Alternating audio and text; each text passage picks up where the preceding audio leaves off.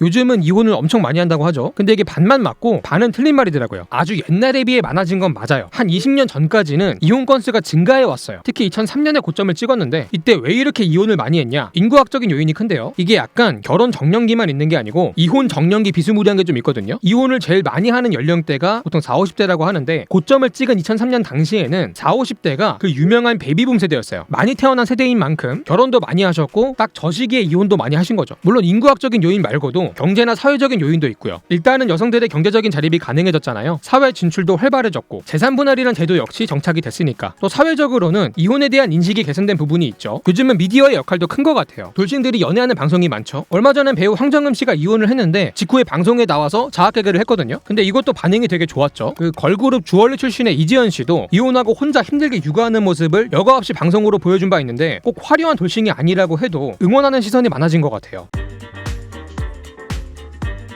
어쨌든 2003년에 이혼 건수가 고점을 찍고 그 뒤로 20년 동안 천천히 내려오면서 안정화되고 있는데 이것도 마찬가지로 인구학적인 요인이 크죠. 출산율은 떨어지고 결혼하는 청년은 줄고 딱 그만큼 이혼 건수도 감소하는 거죠. 근데 여기서 재밌는 점은 단순히 결혼을 안 했기 때문에 이혼을 안 하는 상황 말고도 기혼자들의 이혼율까지 줄고 있다는 거예요. 한번 결혼을 하면은 이혼을 잘 안 하려고 하는 추세로 가고 있는 거죠. 실제로 혼인 지속 기간도 점점 늘고 있습니다. 결혼 생활을 조금 더 오래 버티고 지속하는 분들이 점점 늘고 있다는 거예요. 이혼 전에 부부 상담을 받는 경우도 많아졌다 하고 결혼을 유지하고자 하는 노력들이 많아진 거죠. 요즘에 이혼들 엄청 한다길래 마구잡이로 하는 줄 알았더니 막상 세간의 인식이랑은 다르게 구석에서 몰래 트렌드가 바뀌고 있었나 봐요. 왜 그럴까? 몇 가지 분석이 나오는 게 일단은 결혼 정년기가 늦어지고 있잖아요. 이 말은 즉 정신적으로든 경제적으로든 조금 더 준비가 된 상태에서 결혼을 하고 있다는 거예요. 실제로 가난하게 결혼하고 싶지 않다, 여유가 있을 때 하고 싶다, 이런 얘기를 거의 모든 청년들이 앵무새 마냥 떠들고 있거든요. 모아놓으면 합창단도 꾸릴 수 있을 것 같아요. 근데 이게 나한테만이 아니라 상대방한테도 엄격해졌죠. 기준에 안 차는 상대랑 결혼해가지고 힘들게 살 바에는 그냥 혼자 살겠다, 이런 말씀을 되게 많이들 하십니다. 그래서인지 진짜로 경제적으로 여유가 있는 분들이 결혼을 더 많이 하는 추세로 가고 있죠. 결혼 시장이 양극화가 되고 있고 소수 정예만 결혼하는 느낌이 조금 있는데 그만큼 인격적으로 미성숙할 때 결혼해서 못 볼 걸 다 보여준다거나 경제적으로도 힘드니까 맨날 싸운다거나 그런 가정들이 조금은 줄고 있고 그래서 이혼율이 떨어진 게 아닐까, 이런 분석도 조심스럽게 할 수 있는 거죠. 그리고 이거는 진짜 내피셜인데 요즘에 청년들이요 굉장히 똑똑합니다. 자기 자신에 대해서도 너무 잘 알고요. 그만큼 나랑 안 맞는 사람 잘 맞는 사람도 잘 구분하고 그래서 결혼 상대도 신중하게 선택을 하는 것 같아요. 그나마 선택 실패가 조금 줄지 않았나 뭐 이런 생각이 들고 어쨌든 아주 옛날에 비하면 이혼을 많이 하는 것은 맞다. 그러나 최근 20년 동안은 이혼이 감소 안정화되고 있다라는 것이고요. 오늘 영상은 이혼 전문 법무법인 재연에서 간단하게 자문을 해주셨습니다. 광고는 아니고 원래 변호사님들이 나와가지고 설명해 주시려고 했는데 저희가 스튜디오가 없어가지고 아쉬운 대로 이렇게 자문 형태로 진행을 하게 됐습니다. 그 돌싱글즈라고 돌싱분들 모아놓고 재혼 상대를 찾는 예능 프로가 있거든요. 제가 요즘 재밌게 보고 있는 건데 거기 나오신 분이 그런 말씀을 하더라고요. 요즘에 이혼이 엄청 많다고 들었는데 내 주변에 한 사람도 없더라, 나만 이혼한 것 같아가지고 나만 잘못한 것 같다, 뭐 이런 말씀을 하셨는데 이게 그럴 수밖에 없는 게 여기 나오신 분들이 30대거든요 근데 전체 이혼 인구 중에서 30대가 그렇게 많지가 않아요. 보통 결혼은 30대에 거의 다 하지만 집중적으로 하지만 이혼은 모든 연령층에서 골고루 분산돼서 하니까 30대 기혼 인구에 비해서 30대 이혼이 적을 수밖에 없는 거죠. 사실 이혼을 제일 많이 하는 건 40대인데 남자는 40대 후반, 여자는 40대 초반에 많이 하고요. 보통은 결혼도 남자가 여자보다 늦게 하니까 이혼도 남자가 늦게 한다고 나오는 거죠.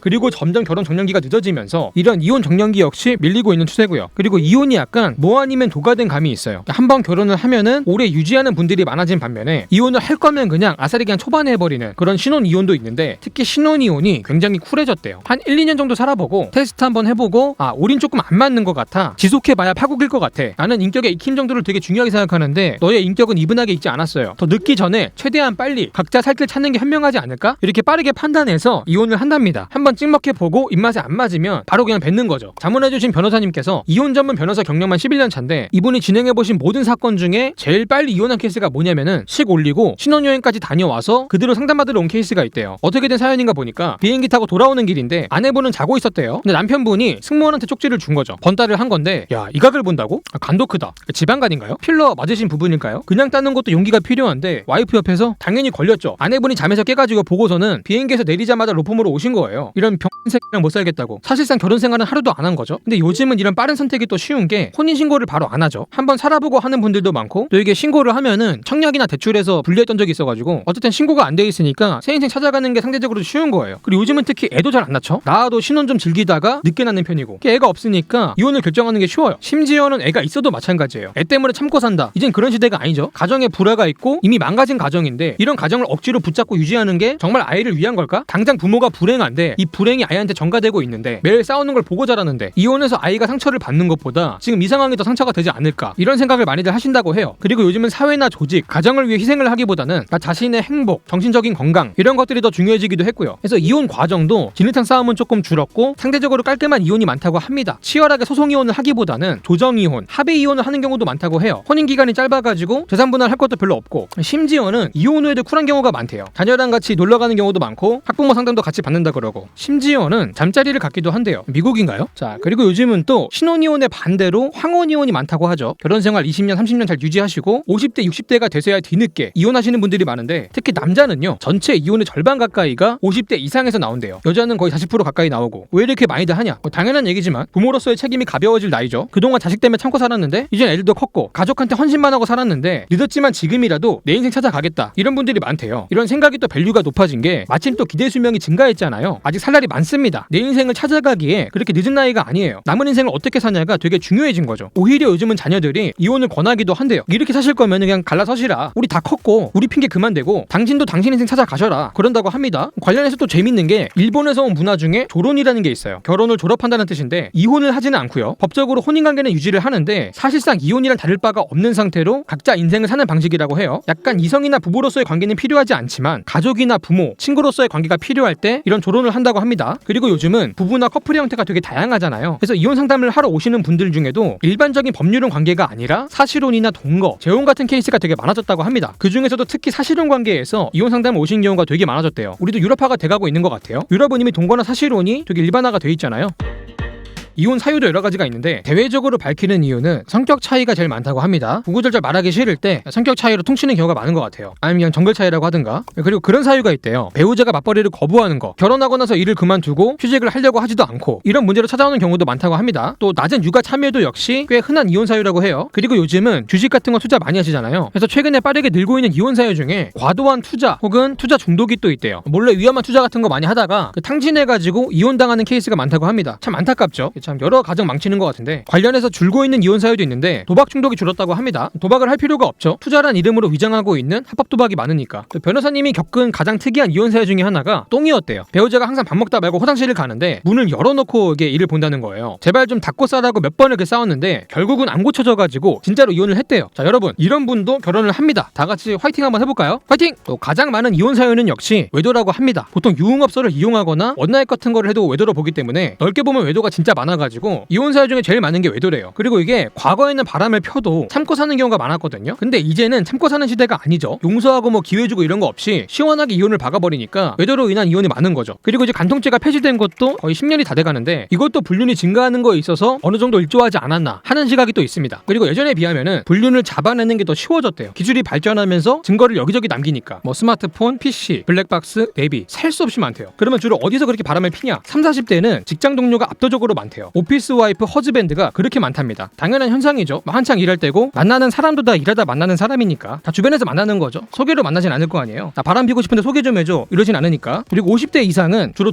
동호회라든가 동창회가 많다고 합니다. 슬슬 은퇴하시고 놀러 다닐 시기다 보니까 등산도 가고 골프도 치고 테니스도 치고 하는데 요새는 좀 정글로 유명하죠. 칼날부리도 있고 어스름 늑대도 있고 또 이게 은퇴를 하면은 그렇게 공허하다고 해요. 나의 현재나 미래의 가치는 조금 떨어지고 과거의 영광만이 남은 시기다 보니까 동창회 가가지고 막 옛날 얘기하고 첫사랑 다시 만나고 다시 또 설레고 그런 경우가 많은가 봐요. 변호사님들이 알려주신 외도 사례 중에 진짜 기가 막히는 게 있는데 한 여성분이 남편이랑 애 낳고 잘 살고 있었대요. 근데 어느 날 지인이 청첩장을 하나 주는데 이 청첩장에 있는 남자가 어디서 많이 봤어. 잠깐만 많이 본 게 아니라 계속 많이 보고 있는 사람인데 내 남편인데? 이게 뭔 상황이냐면은 남편이랑 나랑 멀쩡하게 잘 살고 있어요. 이혼한 게 아니에요. 근데 나 몰래 또 다른 여자랑 또 결혼을 하겠다는 거죠. 어떻게 이게 가능하냐. 상대방 여자도 이 사실을 몰랐대요. 남편이 유부남인 거를 모르고 총각인 줄 알고 만난 거죠. 이 여자분도 큰일 난 거예요. 지인 연예인들 다 모아놓고 나 결혼합니다, 얘가 내 남편입니다, 다 보여줬는데 알고 보니까 이 사람이 유부남이었어. 그럼 어떡합니까 이거? 남자 하나가 여자 둘 인생을 망친 거죠. 아니 보통은 바람을 펴도 연애만 한다고 하는데 결혼까지 할 정도면은 자기 나름대로 진심이었던 거 아니야? 바람을 되게 진정성 있게 핀 거예요. 바람 피는 사람들 부지런하다는 게 이런 말인 것 같아요. 사실 바람을 피면은 티가 나죠. 저는 이게 모를 수가 있나 싶은데 행동 패턴이 무조건 바뀌게 돼 있어가지고 갑자기 막 바빠진다거나 외모에 엄청 신경을 쓴다거나 보통 이런 낌새가 보인다고 하더라고요. 그리고 보통 불륜을 한다 그러면은 꽁꽁 숨기고 싶어 할 것 같은데 정말 의외로 티를 엄청 내고 싶어 한대요. 특히 연애 초반에는 막 들뜨고 그러니까 더 그렇고 이때 많이들 걸린다고 합니다. 뭐 자기들끼리도 몰래 웨딩 사진을 엄청 찍는데요. 심지어 이거를 카톡에만 자기들만 볼 수 있는 멀티프사로 하는 경우가 많다고 하는데 얼마 전에 카톡 서버가 터진 적 있잖아요. 그때 숨겨둔 프사가 전체 공개가 돼가지고 들킨 사람들이 엄청 많았대요. 어쩌면 카톡은 다크나이트가 아니었을까? 배트맨 더 프렌즈 뭐 이런 느낌? 어쨌든 내 배우자가 바람을 폈을 때 중요한 건 대처인데 가장 많이 하는 실수가 감정적으로 대처하는 거래요. 사실 감정적일 수밖에 없죠. 애인이 바람을 펴도 멘탈이 완전히 박살나가지고 자존감 떨어진 분들 되게 많거든요. 하물며 배우자가 그러면 얼마나 힘들겠어. 근데 그래도 대처까지 감정적이면 안 된다고 해요. 내가 알고 있다는 사실을 절대로 티내면 안 된다고 합니다. 추궁하지 말고 떠보지도 말래요. 괜히 증거인멸할 기회만 주는 꼴이라 확실한 증거가 나올 때까지 그냥 참으라고 하더라고요. 자칫 잘못하면은 증거 없이 덤비다가 의부증, 의처증으로 누명을 씌워가지고 오히려 나를 유책 배우자로 만들 수 있다고 하니까 무조건 증거부터 수집하셔야 됩니다. 단 여기서 조심해야 될 거는 불법적인 방법으로 증거를 수집하면 안 되고요. 이게 역으로 고소를 당할 수 있고 형사처벌까지 받을 수 있다고 해요. 전과자가 될 수 있습니다. 합법적인 방법으로도 충분히 입증이 가능하니까 잘 알아보시고 하시면 좋을 것 같아요. 요즘은 통신사에서도 자료 제공이 된다고 하니까 혹시 이혼을 생각하고 있는 분들은 오늘 영상 제작에 많은 도움을 주신 법무법인 재현에 연락을 주시면은 친절하게 상담받을 수 있을 겁니다. 자, 오늘 영상 여기까지고요. 지금까지 지식한 입의 한입만이었습니다.